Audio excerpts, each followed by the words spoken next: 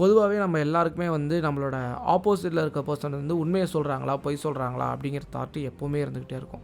Girl ஃப்ரெண்டோ பாய் ஃப்ரெண்டோ இல்லை ஃப்ரெண்டோ தெரிஞ்சவங்க யாரோ ஒருத்தங்க நம்மக்கிட்ட ஒரு விஷயம் சொல்கிறாங்க, இவங்க உண்மையாக தான் சொல்கிறாங்களா இல்லை ஏதாவது ஒரு பொய் சொல்கிறாங்களா அப்படிங்கிற ஒரு தாட்டு எப்போவுமே இருந்துகிட்டு இருக்கும். ஸோ இவங்க உண்மையாக சொல்கிறாங்களா பொய் சொல்கிறாங்களா எப்படி கண்டுபிடிக்கலாம் அப்படின்னு பார்த்தீங்கன்னா, நம்ம அவங்ககிட்டே போய் கேட்டுடலாம். அப்படி கேட்குறப்போ ஒருவேளை அவங்க வந்து இல்லை நான் பொய் தான் சொன்னேன் அப்படின்னு சொல்லிட்டாங்கன்னா நம்ம வந்து ஏற்றுப்போம். ஆமாம்மா பொய் தான் சொன்னான் சொல்லிட்டான் அப்படிங்கிறத.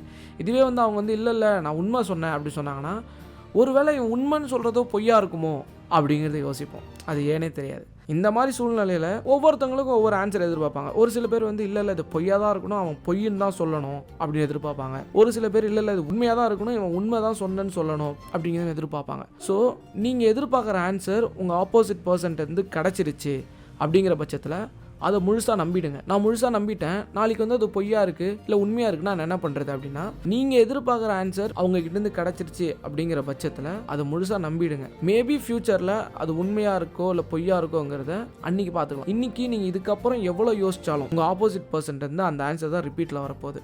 அதுக்கு பதிலாக நான் வந்து உண்மையாக இருக்குன்னு நினச்சப்பா, நான் பொய்யா இருக்குன்னு நினச்சேன், அந்த ஆன்சரே எனக்கு கிடச்சிருச்சு, ஸோ நான் அதை நம்பிட்டேன்.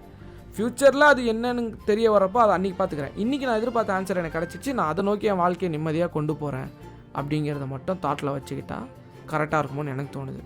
இப்போ ஒருத்தன் கொலை செஞ்சுருக்கான், இப்போ ஒருத்தன் வந்து ஒரு கொலை பண்ணிருக்கான், அவன் வந்து நான் கொலையே பண்ணல அப்படின்னு சொன்னால் அதை நம்பிட்டு போயிடணுமா? இல்லை ஒரு குற்றவாளி வந்து நான் அதை பண்ணவே இல்லைன்னு போய் சொன்னால் நம்பிட்டு போயிடணுமான்னு கேட்டால், நான் இந்தமாரி பெரிய பெரிய விஷயங்களுக்காக இதை சொல்லலை.